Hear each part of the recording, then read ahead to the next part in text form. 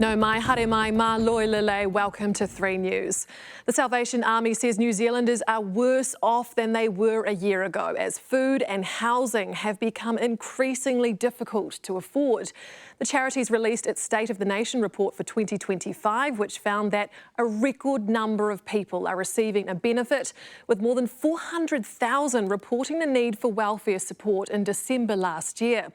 And the number of children hospitalised from family violence and neglect in 2024 was the highest it's been in 10 years.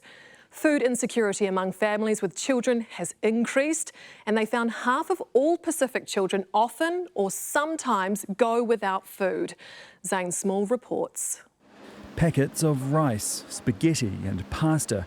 These basic food items are in high demand at the Salvation Army's food bank in South Auckland. Really basic necessities that you would assume in a first world nation like New Zealand that people have. The Salvation Army's State of the Nation report out today says food insecurity among families with children increased sharply last year. Half of Pacific children are often or sometimes going without food.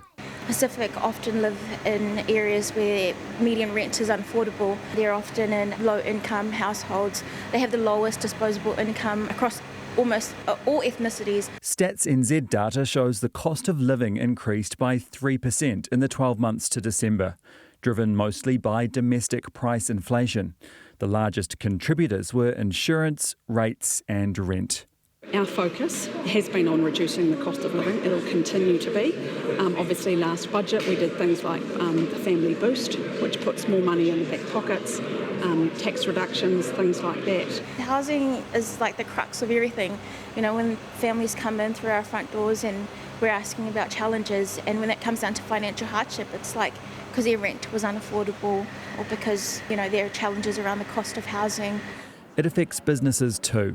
After 36 years operating in central Auckland, Turkish restaurant Cafe Midnight Express has shut up shop. A sign on the door blames rent increases and City Rail Link roadworks. It all reflects what many of us have felt, that 2024 was a rough year. It's spelled out in Westpac's latest economic overview.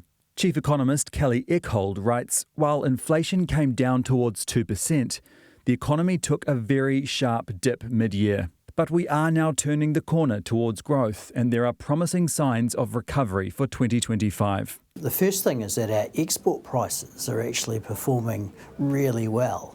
So, particularly for dairy farmers, they're going to be seeing returns that they haven't seen in quite a few years. But at the same time, US President Donald Trump's tariff policies are driving trade uncertainties.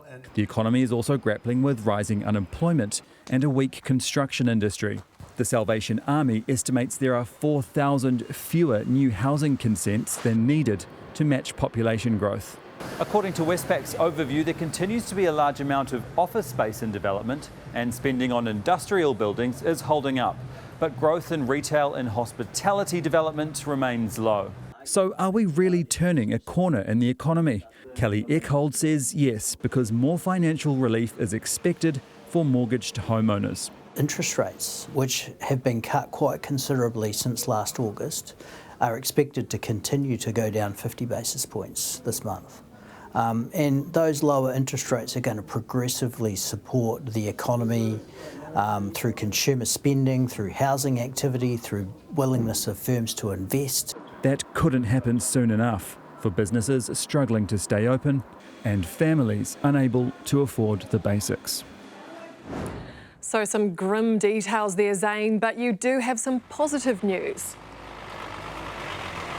Yeah, that's right. It relates to the City Rail Link. Now, the CRL Chief Executive, Peter Brockie, confirmed this afternoon that the very first train tests will happen in the underground tunnels overnight.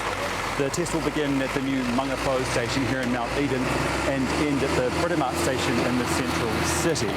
It marks the beginning of extensive testing that will continue right up until the opening of CRL, which is expected in 2026. Now, that's still more than a year away, but the news will hopefully bring some relief for businesses in the city that have suffered through years of construction disruption. Just knowing that progress is happening and that Auckland is one step closer to having an underground rail system. Zane Small there, and we could hear some of that progress in the background. Thanks so much.